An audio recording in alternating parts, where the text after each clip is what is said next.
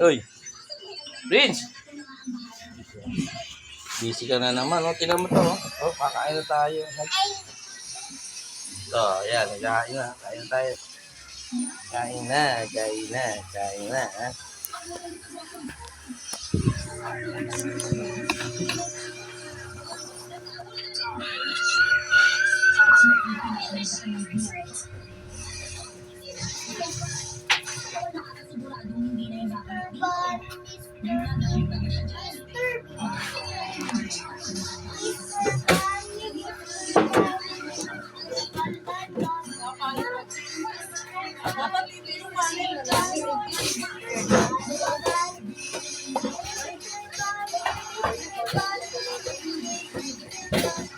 Dapat naman yun.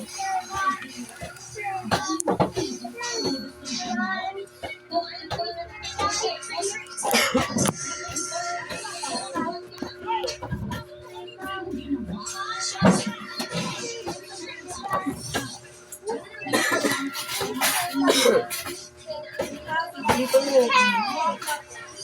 Apat mo.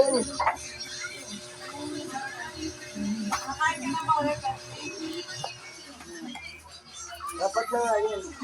Apat ko, tapos yun.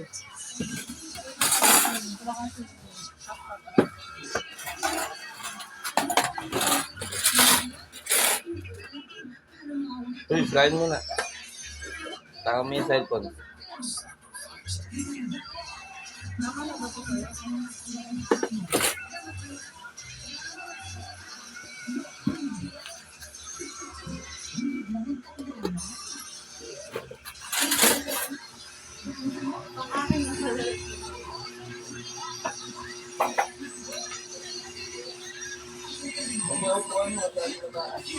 Ay, lapit ka na lang. Sige, lapit. Ito na yan.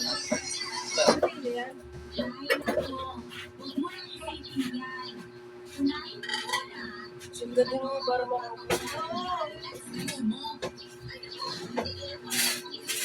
Kain na. Kain.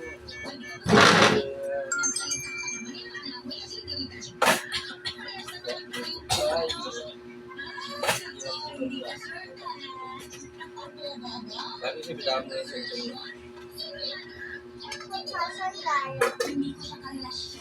Bani mo. Bani mo siya nilagay. Paabot mo kay kuya. Pabuti mo nga yung toy stand ko. Yung stand ko.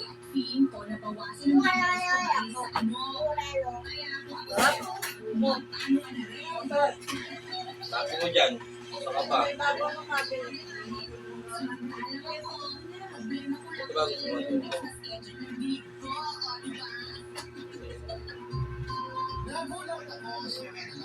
Bisa mo nilagay! Yan o! Hindi naman daw niya ang posisyon yun, pero madalas daw sila nakikita roon para lamang magtanungan. Nalakunan ako habang Lagi sa ibabaw ng ano? Sa totoo lang, wala noong namatay ang asawa ko ay Wala dito. Doon? Ito na pala. Ito sa ibabaw. Ito. siguro Sa labas. Ito sa labas. kaya hindi ko na naramdaman kailangan ko yun. Then, Nagkaroon ako ng relasyon pag noong taon after mamatay ang asawa ko. okay, guys. Kain. Kami na ilang beses hindi ko na Bobom ka. Magmamarang ka. kaya hindi ko sa akin wala noong nakakalasot ko. Hindi mo tayo sabi ko. Ganyan na kamo yan. Ako ganoon na interesado pamalubot. Kaya ginalawang ako ng suso, dinidinan, siyempre, nalungkot, kaya sinubukan ko makipag-isa. Pero hindi rin talaga umubra. May konting pasasalamat ka ako na tinapos ng ex ko ang relasyon namin. Dahil hindi ko alam kung paano yung tatapusin kahit na hindi ko naman yung gustong patagalin. After noon, na-relasyon ko yun ay nag-focus lamang ako sa pagiging nanay. Marami rin naman akong ginawa pang bansa ng lungkot ng pag-iisa papadulot. Tuwing Lunes, sumasali ako sa Zumba sa aming Kaya barangay. gilid mo lang dyan. Marami na rin ako nabibinigan dahil sa pag-Zumba. Tuwing Tuesday naman ang hapon noon ay nagsiserve ako sa simbahan ng barangay namin. Di Angeles naman, araw ng pamamalengke ko at madalas ay kasama ko noon si Medina. Huwebes ay nasa bahay lamang ako madalas at naasikasunhan ang mga tinong ko at ang mga halaman ko.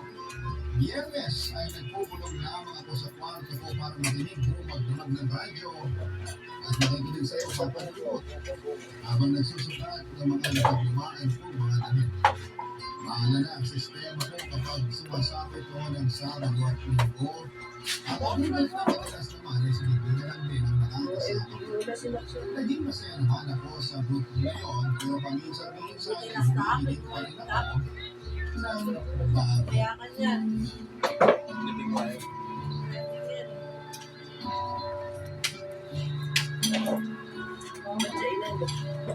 Kala. Bakit may dala ka dadalhin? Hindi alam ko pa pala. Ako, Pinakatapos ko yung Kaya pala sabi ko, yaman niya nangyari.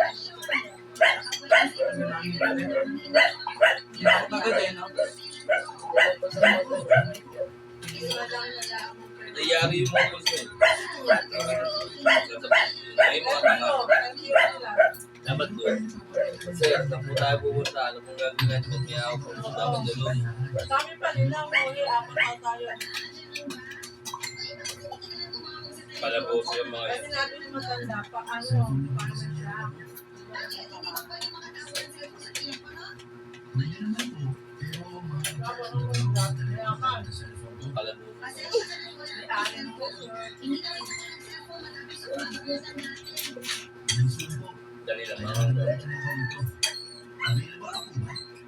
Wala na ako, pinakain ko na ako. Sige po. Pwede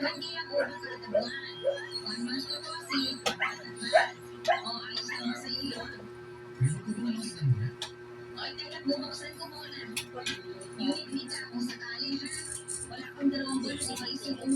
mo? Agad din ulit, tututukin ko na. Okay. Tutukin ko na lang. Kapit ka, mandalan ko. Abangan mo na kasi. Ano ka?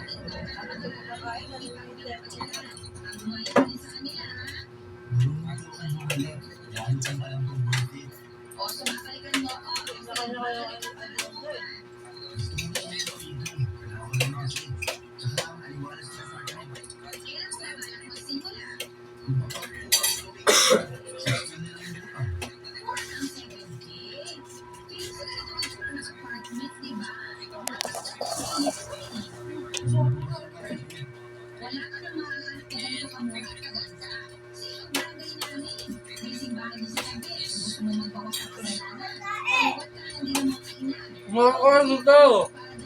Kaya lang Ano na, mamaya na yan.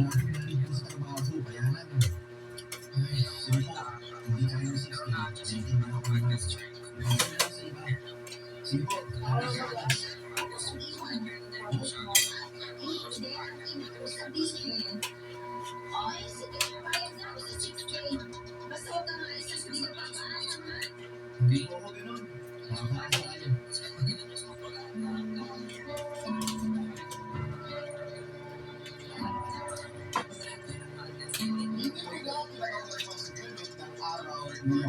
Ewan ko ba kung bakit mabilis niya akong napapayag na babaan ko noon ang upa niya. Nakiusap din siya na conserve na ng deposit at advance sa upa. Pumayag naman ako. Nakita ko kasi na paano lang siya mapagkakatiwalaan. Malaki ang hapon niya kay David Licampo o si Fidel Maria Clara. Nakikita ko. Wala ka eh. Kapag tumisipig sa'yo ay papakoo sa lahat ay gusto niyang ibigay. Ang maibigay siya kaya parang gusto ko siya naman na hamutin at iyakapin. Ito pa. Pinugulat ko naman ang sarili ko gumawa ng sense dahil baka matakot siya hindi na umuha pa. Dinilig ko siya palabas ng gate hanggang sa pagkalahan ng jeep papabili.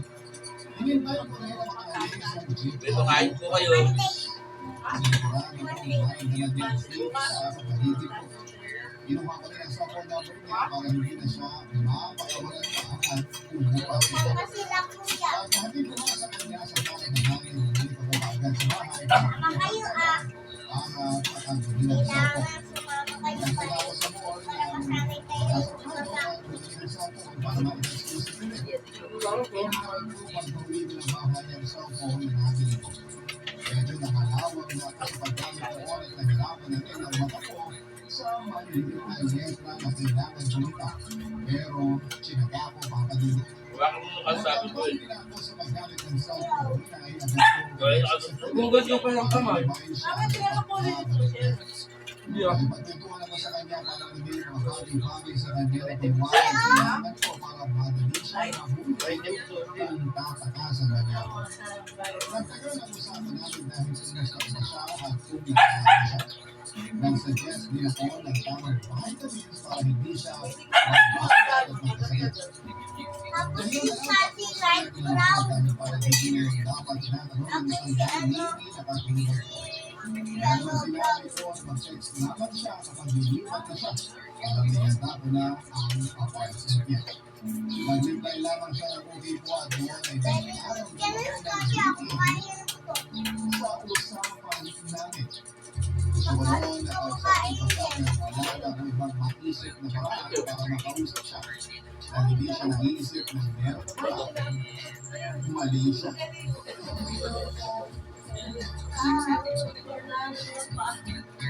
Lagyan mo ng ano to eh. Hindi ako tumi-tumi. Yung anak nila, magkita sila talaga.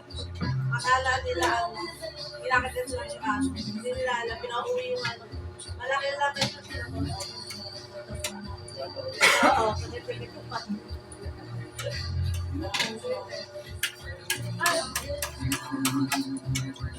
Pero sila ni, ano, siya, sa kaniskati. Bakit sila yung denak? May na nga. Pero parang pwede sila.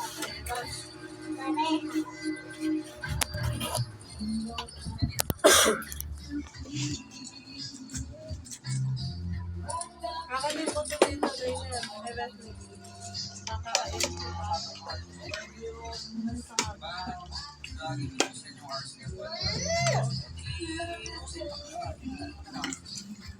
Ang bait naman ang kunti namin na yun.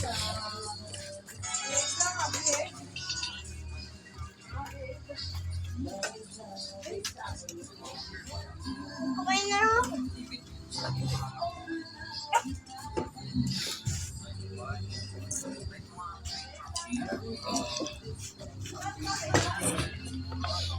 Dito.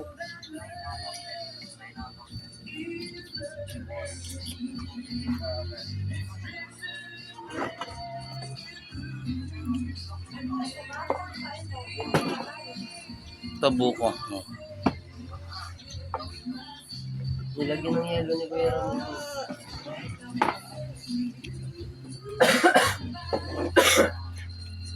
Sarap.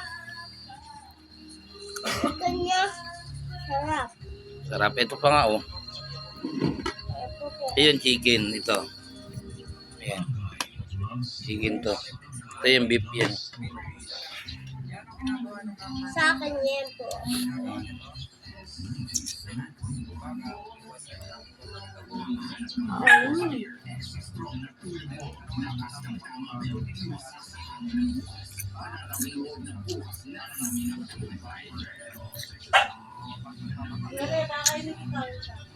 Drink responsibly. Red Horse Extra Strong, the #1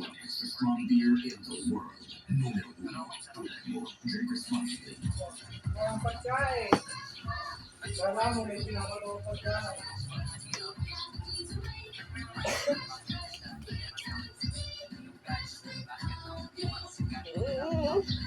Huwag mo kainin yung balat. Bakit? Pwede nyo makunat eh, balat eh. Balat. Makunat kasi yung balat.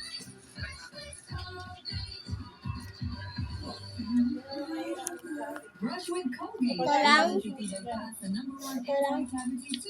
Hindi, yan nga yung huwag mo kainin. Sige, kainin mo na. O yan. Uy, pumin pa yun, ano?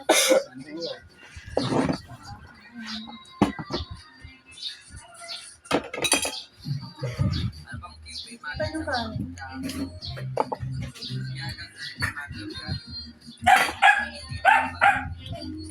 Wait lang, nagugutom ka na, ano.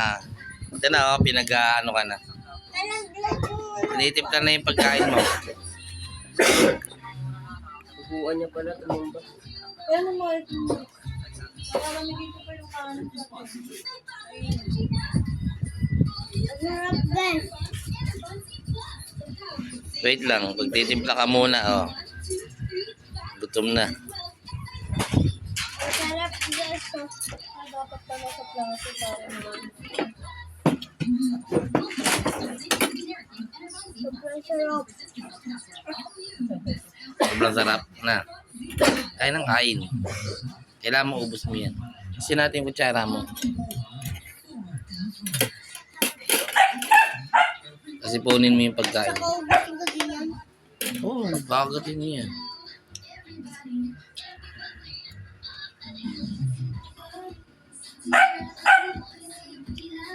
Punin mo yung kanin na gano'n. Sama-samahin mo siya. Sarap.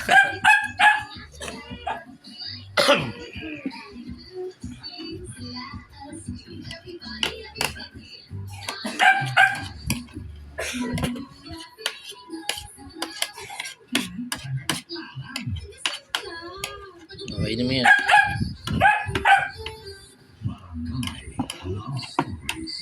Okay na. Lagi na kinakain natin. Oo, masarap pa kakain ko sa'yo.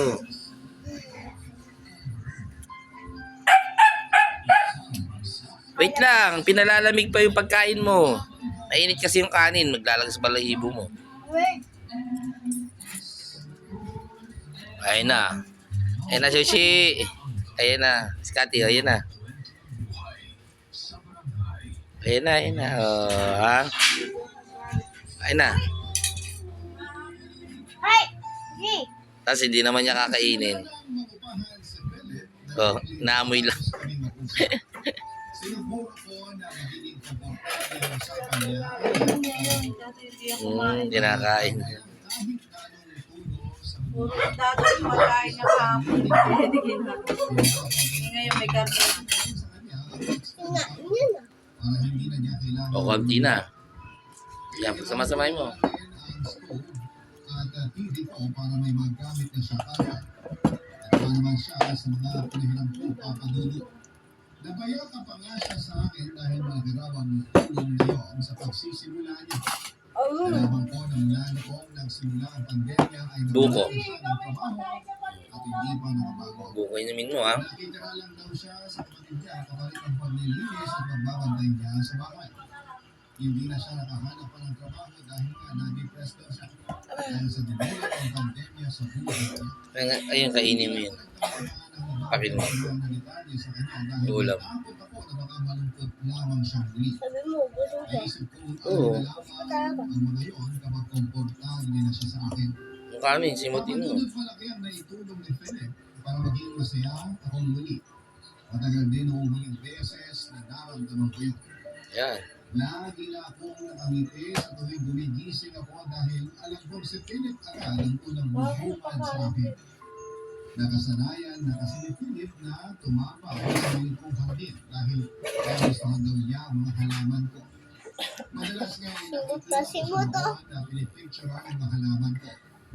Naalala raw niya ang namatay niyang nanay dahil mahilig din daw sa mga halaman. Lagi ko siyang inaabot ang nagkakape buwan sa hardin habang pinagmamasdan ng mga halaman ko. Lagi ko siyang nasisilip mula sa bintana ko at kapag nakikita ko noon na nakalahati na niya ang iniinom niyang kape sa kanan Right ako pa. bababa para puntahan siya at makipagkwentuhan. Iyon ang nadaglag sa routine ko, Papa Nini. Iyon nga marahil ang naging Galing, simot yan. paborito kong parte ng araw ko dahil nakakasama ko ang taong nagpalit ng saya sa buhay ko. Isang araw ay hindi na ako nakontento lamang sa pagsulyap sa kanya sa bintana. Sarap. Pinuntahan ko na siya para makakutan at makausap ko. Hanapin mo yung karne dyan. Kainin mo. Ikain ko muna kung masigas. Yung puti, wag yung puti. Matiga, yung butong ano yan, yung butong malambot yan eh. Ang kainin mo yung mga karne sa gilid. Kagatin mo. Yan. Wala na. Alat na. Ano, okay na? Ano? Sarap, pinitihan pa yung kamay. May kanin pa eh. Ano, tapos ka na? Okay na, good na? Good na ba? Bye-bye.